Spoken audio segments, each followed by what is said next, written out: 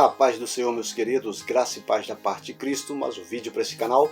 Se você chegou aqui e ainda não é inscrito, te convido, se inscreva no canal, deixe o seu like, deixe o seu comentário e vamos crescer juntos para a honra e glória do nome do Senhor. Temos anterior a este vídeo 4 vídeos falando sobre o livro de Gênesis, desde o capítulo 1 até o capítulo 50, contando toda a história, os nomes, os personagens, vídeos bem curtos de 15 minutos, 16 minutos, falando sobre a história do Gênesis. Hoje iniciaremos o Êxodo e tentaremos fazer aqui em 3 vídeos a história do Êxodo. Hoje falaremos do capítulo 1 até o capítulo de número 15, porque o livro de Êxodo é o livro que se chama Êxodo, e esta palavra significa saída, a saída do povo de Deus do Egito. Para entendermos essa história, temos aqui os livros, temos aqui os vídeos anteriores, contando como este povo chegou até ali. Para iniciarmos este vídeo, é bom citarmos o versículo que está lá em Gênesis capítulo 15, verso 13. Quando Deus ele escolhe um homem para ser pai de uma grande nação. Quem ele? Abraão. E no capítulo 15, verso 13, Deus vai dizer: você será pai de uma grande nação. Nesse texto e contexto, Abraão está preocupado porque sua esposa é estéril e ele então quer levantar o seu mordomo, o seu servo, para ser descendente de tudo que ele tinha, para ser o seu herdeiro. E Deus vai dizer: não se preocupa, você vai ser pai de grandes nações. E no verso de número 13, por exemplo, ele vai dizer assim: porém, a sua descendência será peregrina nesta terra. A sua descendência ficará escravizada por 400 anos. Nós passamos aqui, falamos de Abraão, de Isaac, de Jacó, a descendência de Jacó, de José, até chegar dentro do Egito, aonde Jacó, com a sua família, com 70 pessoas, chegaram até o Egito. E ali, então, começou-se a história de ficar o povo hebreu dentro do Egito. Então, passa-se os anos, 430 anos para ser mais exato, se passaram, e nesse tempo morre José, e o capítulo 1 de Êxodo vai falar sobre isso. Morre-se José, morre Faraó, que tinha dado uma possessão da terra, uma parte da terra para que José ficasse com a sua família, e então Faraó começa a ver que o povo hebreu cresceu muito nesse tempo. O povo hebreu era muito mais forte do que os egípcios. Então Faraó vai ter no capítulo 1 uma ideia bem ruim de escravizar este povo e de agora também não permitir que nasça homens, meninos, varões na descendência dos hebreus. E para isso ele vai dizer às parteiras para que quando nascer um menino, matasse esses meninos. E também deu um decreto que os meninos abaixo de 2 anos seriam mortos. Então nós vamos ver já Faraó então nessa decadência. E nós vamos ver no capítulo 1 praticamente a genealogia dos filhos de Jacó, e nós vamos ver a escravidão deste povo. E quando chegamos nos versículos derradeiros deste capítulo, nós vamos encontrar o povo clamando a Deus, pedindo socorro porque estava sendo escravizado. Então entramos no capítulo 2 de Gênesis, já vendo o nascimento de Moisés. Nós sabemos que Moisés nasce da 3ª tribo de Israel, dos filhos de Jacó, da tribo de Levi, aonde ele vai nascer e sua mãe vai colocar ele numa arcazinha ou em um cesto, descer no rio Nilo. A filha de Faraó vai se encantar por ele, vai chamar a sua própria mãe para tomar conta, e também para amamentá-lo. E nós conhecemos a história de Moisés. Moisés cresce dentro do Egito, e com todo o conhecimento, com toda a ciência do Egito. E nós vamos ver no capítulo 2, ele vendo já com seus 40 anos, ele vendo uma situação acontecendo com seus irmãos hebreus. Um egípcio se levantou contra um hebreu, e ali ele foi apartar aquela briga, apartar aquela situação, e feriu esse egípcio de morte. E ele, vendo que tinha matado o egípcio, então enterrou debaixo da areia. E no dia seguinte o texto vai dizer que ele vê 2 irmãos brigando, 2 hebreus, ele vai intervir nessa briga. Ao intervir, os dois hebreus vão olhar para ele e dizer: quem constituiu você como nosso juiz? Foi você ontem que matou o egípcio e enterrou debaixo da areia. E nisso Moisés, vendo que foi descoberto o que ele tinha feito, ele foge para o deserto. E é no deserto que começa a história, né, da vida de Moisés. Aos 40 anos ele vai para o deserto, passa-se praticamente, né, mais 40 anos, quando ele já é casado, né, encontra sua esposa, né, e ele está apacentando as ovelhas do seu sogro Jetro.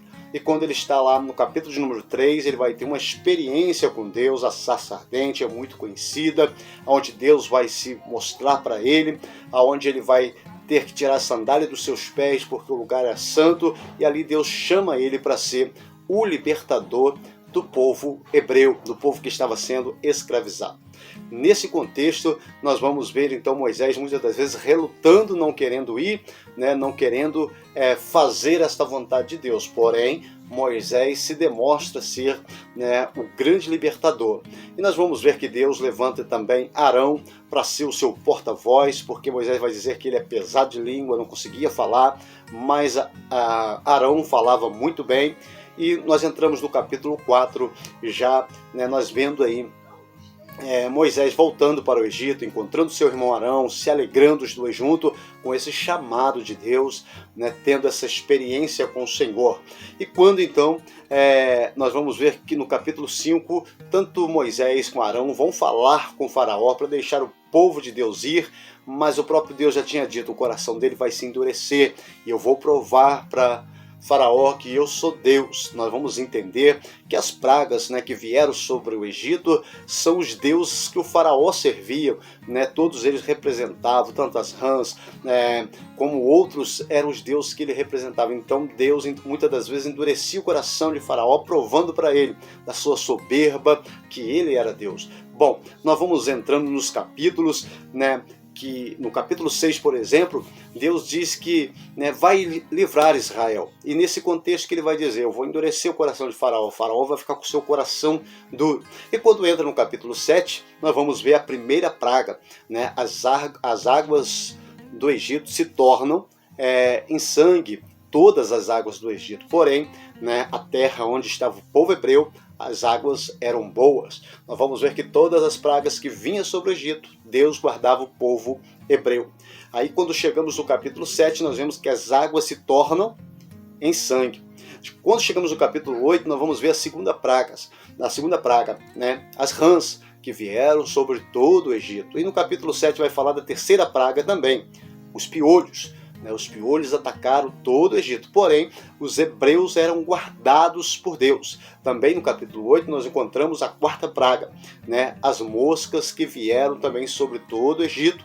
Enquanto isso, o povo hebreu era guardado pelo Senhor.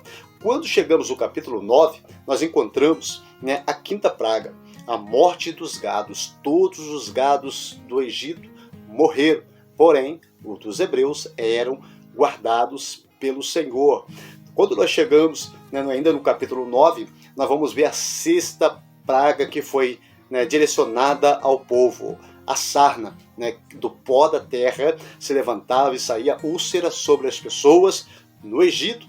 No capítulo 9 nós encontramos também a sétima praga, a chuva, né, de granito, a chuva de Saraiva, que destruiu praticamente todo o Egito, de tal forma que os servos de Faraó conversavam com ele e disseram assim: olha, não é hora de você deixar esse povo ir, não vê que a sua terra está totalmente destruída, mas o coração de Faraó endurecia mais uma vez. Quando chegamos no capítulo 10, né, nós vamos ver a oitava praga, né, os gafanhotos que vinham destruir toda a lavoura, o que tinha ainda permanecido, e assim foi, né, todas as pragas sobre o Egito. Né, no capítulo 10 ainda nós encontramos a nona praga, né, as trevas por 3 dias, tudo ficou em escuridão completa. Somente na terra que estavam os hebreus havia dia, havia luz, porém Faraó ainda com seu coração endurecido. Né, e quando nós chegamos no capítulo 11, Deus anuncia a Moisés, dizendo assim: Moisés, você agora vai fazer algo. Você vai sacrificar um cordeiro e dizer ao povo hebreu para fazer algo. né? Porque a 10ª praga, a última praga, será terrível, né? E nós sabemos o quanto foi terrível essa 10ª praga que veio sobre o Egito, né? Então ele vai dar uma ordenança para todos os hebreus, né? Aqueles que tinham a família maior, um cordeiro maior, aquela que tivesse uma família menor, um cordeiro menor, ou aquele que não tivesse, encostava com seu vizinho, e assim por fim o sangue do cordeiro era passado nos umbrais da porta, né? Isso aí tipificando a Cristo, o sangue do cordeiro. E isso é muito importante, a Páscoa, tudo isso tem a ver com o Novo Testamento, mas claro, aqui estamos de uma forma mais rápida, ligeira, falando sobre o Êxodo. Então quando chegamos no capítulo de número 12, nós vamos ver esse evento acontecendo, o espírito da morte passando sobre o Egito, e quando chegava nos hebreus, eles viam o sangue do cordeiro, o espírito da morte não levava os primogênitos. É a última praga que foi direcionada. Então, exemplo, se eu fosse o primogênito do meu pai, e meu pai era o primogênito, né, da sua família, morreria eu e o meu pai. Foi uma mortandade terrível dentro do Egito, porém os hebreus foram guardados. E no capítulo 12, né, vai falar sobre a saída, né, do povo de Deus e da Páscoa, né, celebrada, para que fosse lembrado que naquele dia o Senhor com mão forte tinha livrado o povo da escravidão do Egito para a saída para o deserto. E nós vamos ver no capítulo 12, né, essa praga vindo sobre o Egito e a saída deste povo, a comemoração da Páscoa. E no versículo 13, né, nós vamos ver o quão grande Deus começou a abençoar aquele povo. Nós vamos ver Deus dizendo aos filhos, aos primogênitos, para que fosse consagrado ao Senhor, né, toda aquela que abrisse a madre, né, não somente dos homens, mas dos animais, tudo seria consagrado a Deus. Agora Deus, né, aquela promessa a Abraão, começa a fortificar com Moisés, agora sendo Moisés o porta-voz de Deus, e os primogênitos seriam, né, guardados, velado pelo Senhor. E nós vamos entendendo dentro da história o quanto Deus vai guardando, o quanto Deus vai abençoando este povo. Deus então no capítulo 14 anuncia a morte dos egípcios, quando, né, eles já estão a caminho do deserto, estão chegando perto do Mar Vermelho. Conhecemos a história, né? Deus endurece o coração de Faraó mais uma vez, ele quer perseguir o povo de Deus, e assim, né, quando estão de frente ao Mar Vermelho, Faraó vinha atrás com seus cavaleiros, com seu exército, e Deus então, né, ali nós vamos ver que o povo começa a clamar a Moisés, dizendo, né, tiraste nós do Egito para morrer aqui no deserto. Isso a gente vai ver repetidamente várias vezes no livro de Êxodo, Levítico, no livro de Número e de Deuteronômio, né, esse povo sendo um povo muito duro, né, um povo muito obstinado, de forma de coração também endurecido, tanto é que nós vamos ver na história que esta geração que saiu do Egito, eles não puderam entrar na terra prometida, morreram no deserto por causa da sua incredulidade. Mas quando chegamos no capítulo 14, né, nós vamos ver um evento, um dos maiores eventos do poder de Deus para proteger este povo. Nós vamos ver que o povo começou a clamar, e então Moisés clamou a Deus, e enquanto Moisés clamava a Deus, Deus disse, por que clama a mim? Diga ao povo que marche.